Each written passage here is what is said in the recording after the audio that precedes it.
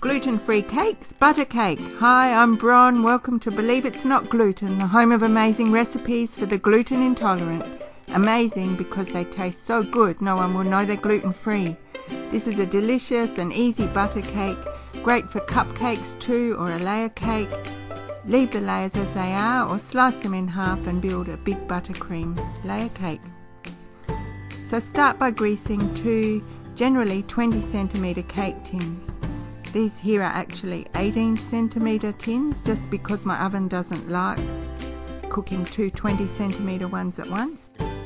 So I just need to do a smaller size. So grease them and line them with greaseproof paper. Very important, you don't want to have half your cake sticking to the bottom. Then you need egg yolks, milk, vanilla, soft butter and the flour and sugar mix. The recipe's on the blog. So add about 1/4 cup of the milk to the egg yolks. Then add the vanilla and mix that together. You can use a fork, but a whisk is easier. So just get that mixed well together.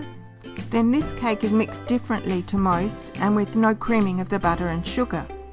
The original recipe says to add the butter and flour and sugar mix to a stand mixer with the milk and mix them together first. But if you don't have a stand mixer, you can do this step in your food processor. This is only a small one, so I'm just doing half at a time. And the recipe for the mix, as I said, is on the blog. So just process that till it's a nice fine crumb mix. And then put that into the bowl. And then do the other half. There's no need to measure it, you can just guess. Obviously, if you had a large food processor, you would just do it in one batch.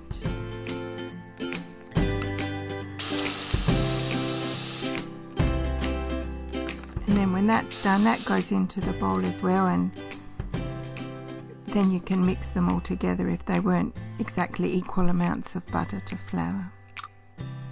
Using the food processor is much easier if you don't have a stand mixer, because a small hand beater you'll find the flour flies all over your kitchen. Then add the milk that was left over after we added a little bit of it to the eggs, and give that a good mix with the spoon. You'll find it is quite stiff here and it does take a bit of work to get it mixed in.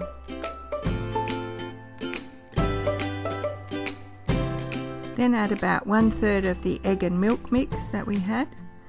Mix until that's all incorporated.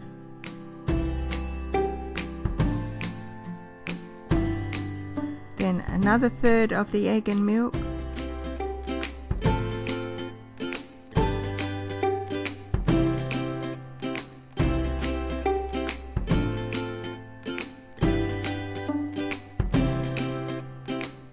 And finally the last 1/3.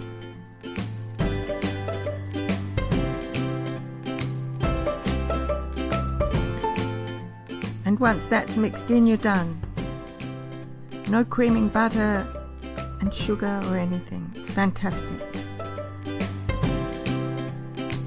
So then it just goes into your cake tins. If you want them to be perfectly equal, the only way is to measure them on the scales.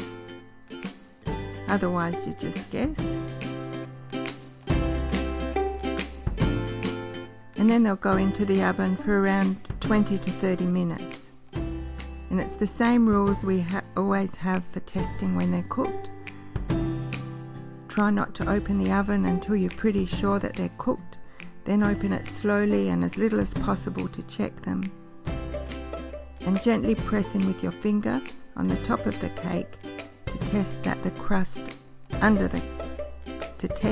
texture of the cake under the crust is cooked.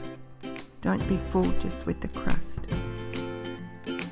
Once they're out, loosen them in the tin, around the edge of the tin with a knife. Tip them out and remove the paper from the bottom.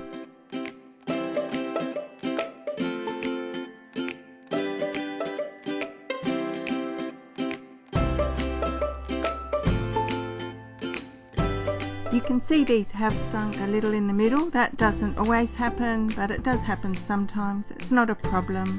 as it's very minor. Just means you need more buttercream or filling in the middle.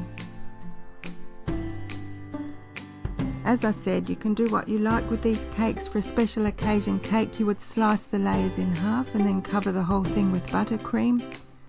I like butter cake just as it is, so this one is just having jam in the middle and a sprinkle of icing sugar on the top. So there it is. Hope you enjoy it. Soft, moist butter cake. Please visit the blog for the full recipe and plenty of tips so that you can make this successfully yourself. If you like it, please subscribe to our channel below and please share our videos as much as you can. Thank you for watching, and believe it, it's not gluten.